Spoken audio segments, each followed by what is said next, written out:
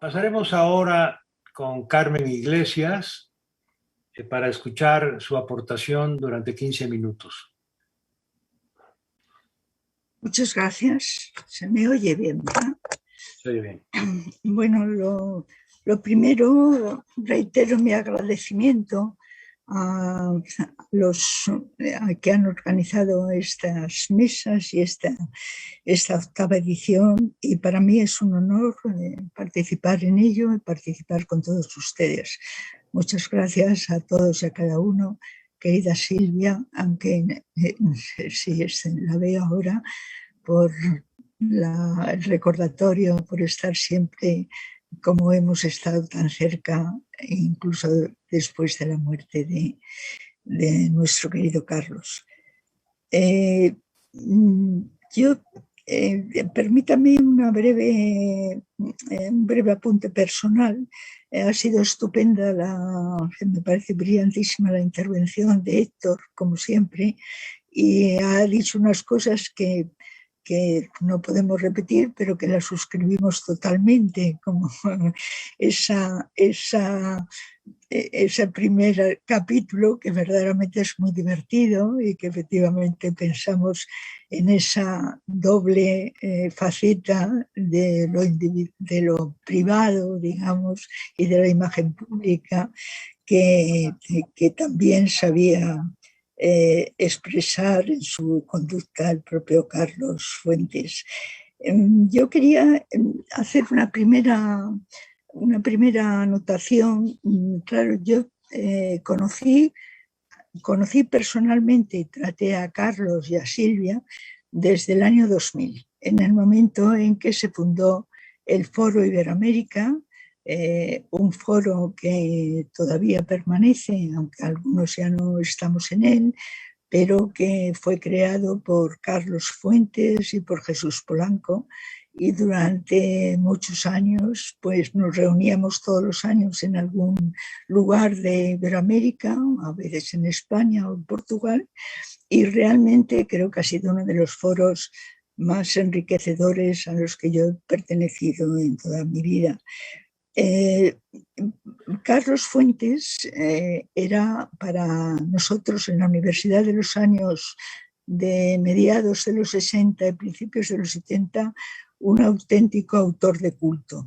Era yo cuando le conocí en persona realmente pues quedé impresionada. Estuve ya sin tener relación directa, amistosa todavía con él, pero estuve tanto en Alcalá de Henares cuando le dieron el premio Princesa de Asturias, como cuando recibió en Alcalá de Henares el premio Cervantes, y luego en Oviedo con el premio Princesa de Asturias, y realmente era una referencia. Recuerdo todavía en los años 60, y todavía lo tengo por ahí, una copia hecha a ciclostil de la censura que había hecho el franquismo a Terra Nostra, que era una de las novelas que habíamos leído los universitarios de esa época con verdadera devoción.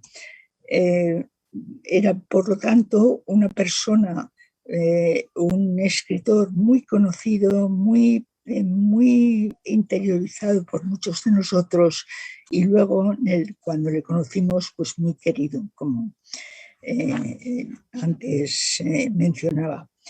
En España, cada vez que venía, Silvia lo conoce muy bien, pues hacíamos siempre una fiesta cultural, además de la fiesta social a la que se refería Héctor, que verdaderamente Carlos era una fuerza de la naturaleza en todos los sentidos, pero además de eso, pues era una fiesta cultural. Yo he intervenido, de hecho, muchos escritos que tengo aquí delante sobre las obras de Carlos, pero curiosamente esta obra, este Tiempo de México, de 1971, nunca la había leído.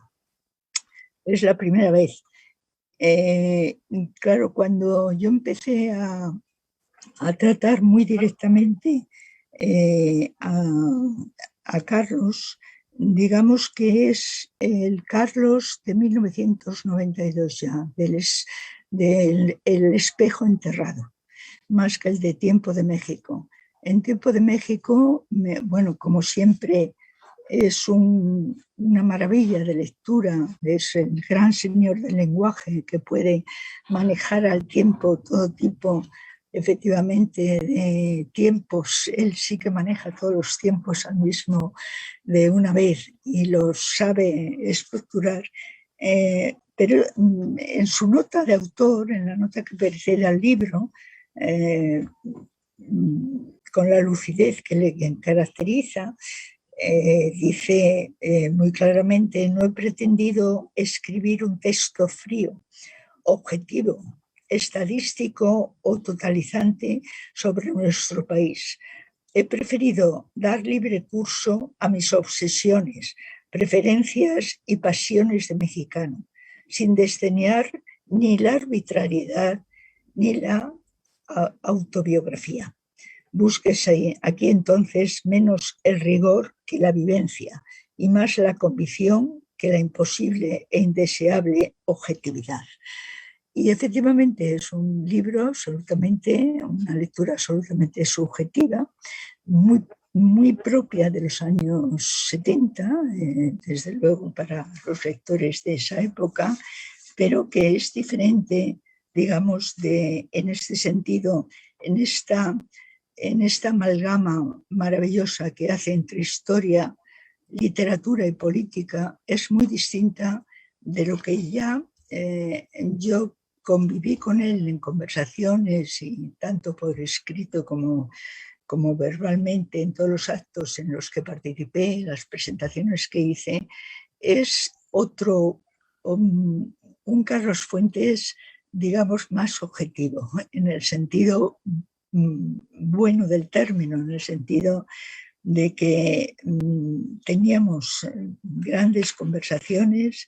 Yo recordaba mucho al leer Tiempo de México y dar curso, como él decía, a sus obsesiones, y yo añadiría a sus utopías, también en un sentido muy positivo, en aquello de lo que el mundo de lo posible, que efectivamente está ahí. Pero al mismo tiempo hay en esas utopías, hay en ese intento de simultaneidad presente de todos los tiempos.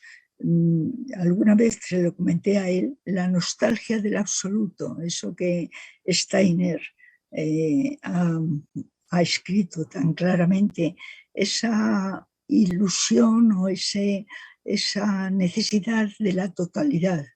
El tiempo de las vidas de cada uno de nosotros, y yo creo que Carlos, tuve ocasión de hablar con él de esto, nos hace ver que, como decía Havel, hay que aprender a vivir con huecos y fragmentos. Hay que aprender que no todo puede estar no todo puede encajar con todo, sino que de alguna manera tenemos que asumir efectivamente ese conflicto constante, sin esperar o intentando aproximarse a la utopía, pero sabiendo que nunca van a volver esos edenes subvertidos, esos edenes perdidos.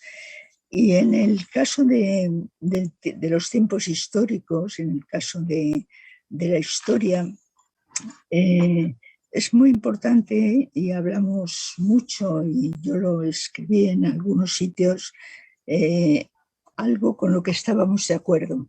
La historia y la literatura son absolutamente fundamentales para la vida. Entre otras cosas, mi discurso de ingreso, al ser, como ha mencionado Víctor, la cuarta mujer en entrar en la Academia Española, en ese momento no estaba viva ninguna mujer, así que era la primera, digamos, de otra ronda que felizmente se va ampliando cada vez más. Yo hice un discurso que comenté mucho con Carlos sobre de historia y literatura como elementos de ficción, porque es verdaderamente, sin la historia no podemos vivir, sin un conocimiento histórico, pero sin la literatura tanto la novela como la poesía tampoco. Es decir, frente a los que decían que una cosa es lo objetivo y otra lo subjetivo, efectivamente yo estaba de acuerdo con Carlos en que ambas están entrelazadas y que no son absolutamente complementarias y necesarias para la vida. Lo que ocurre es que las tenemos, cuando tenemos que referirnos a ellas, pues es necesario elegir un campo. Decía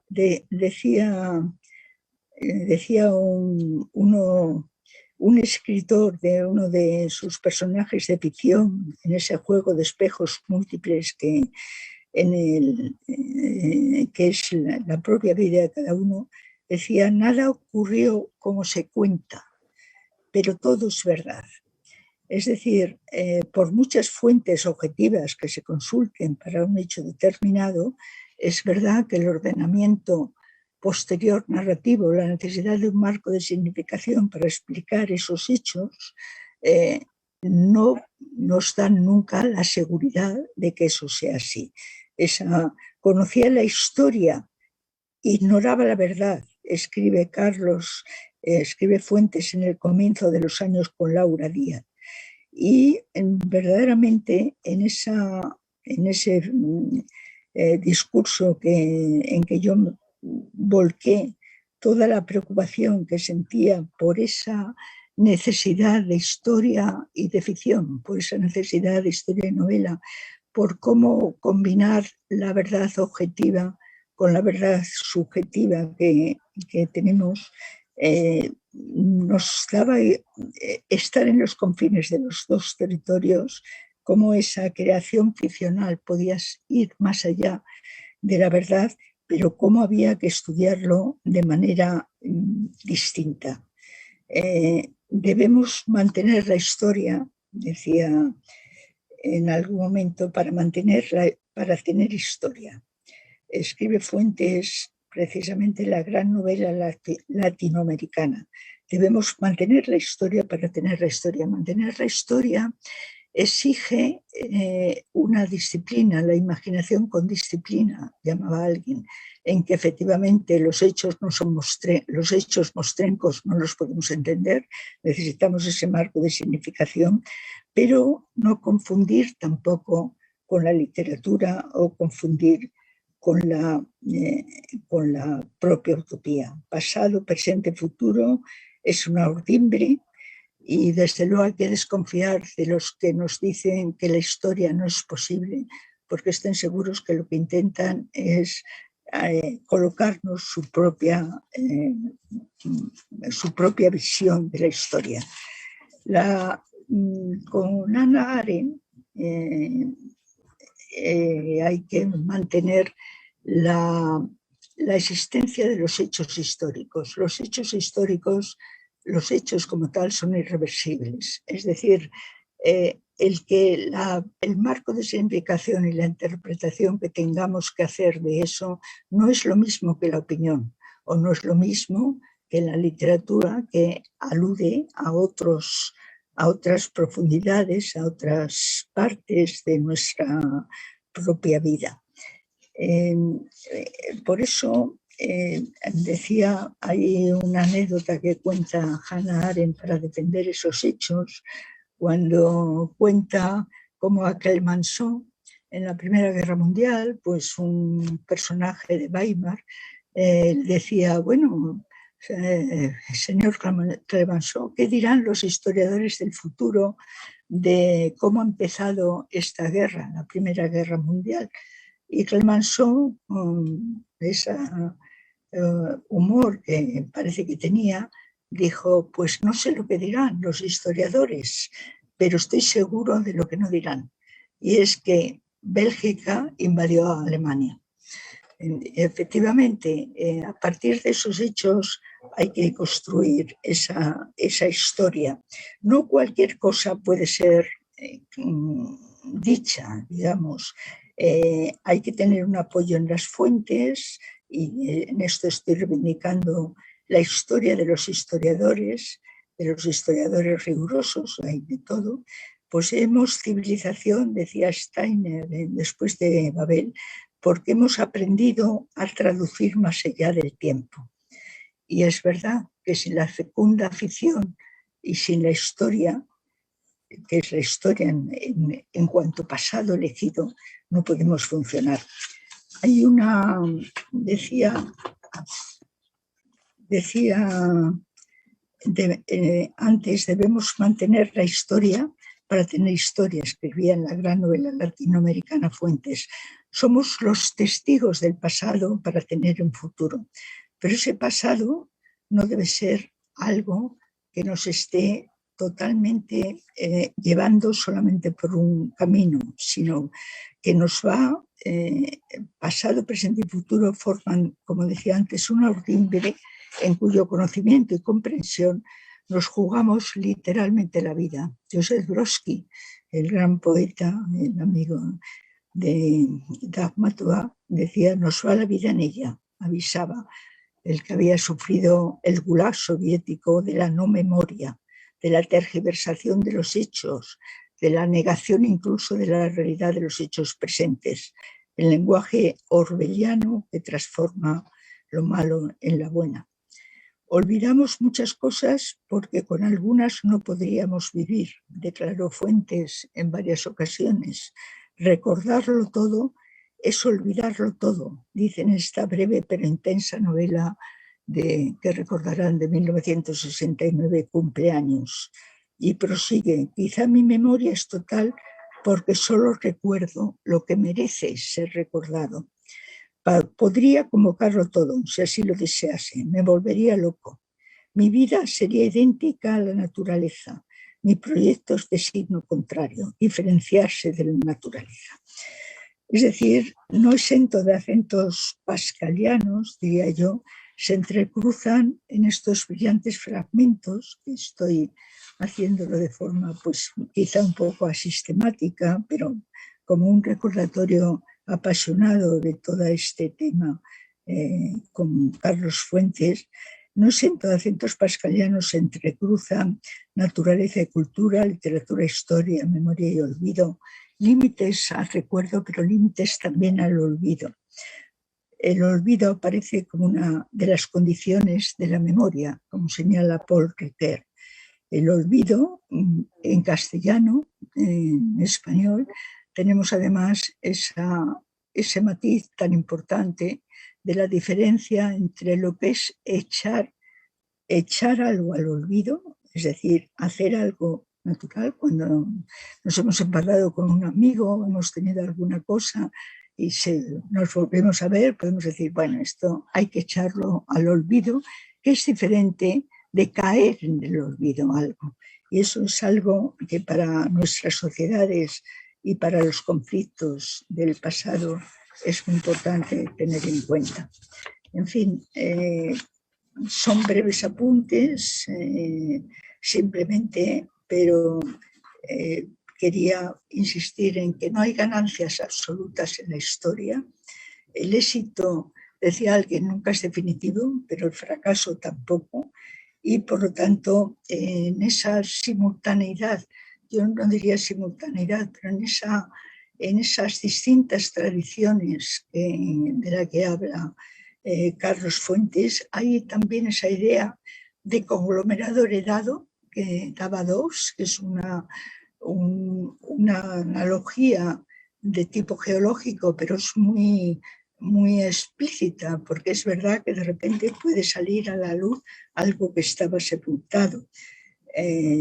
Somos miembros todos de una comunidad de recuerdo y eso es lo que de alguna forma intentaba en el espejo escondido, desde luego, enterrado está desde luego claramente esa idea de comunidad de recuerdo, dicho de otra manera. Ya para acabar, nada más que recordar lo de Benjamin, que siempre nos avisó de que no existe un hecho de civilización que no vaya acompañada de barbarie. Ay de nosotros, decía Heine, cada palmo de terreno ganado por la humanidad Cuesta torrentes de sangre. ¿No es esto un precio demasiado elevado? Efectivamente lo es, pero no tenemos más remedio que seguir adelante. La historia, la literatura, la poesía, todas complementariamente luchan contra ella.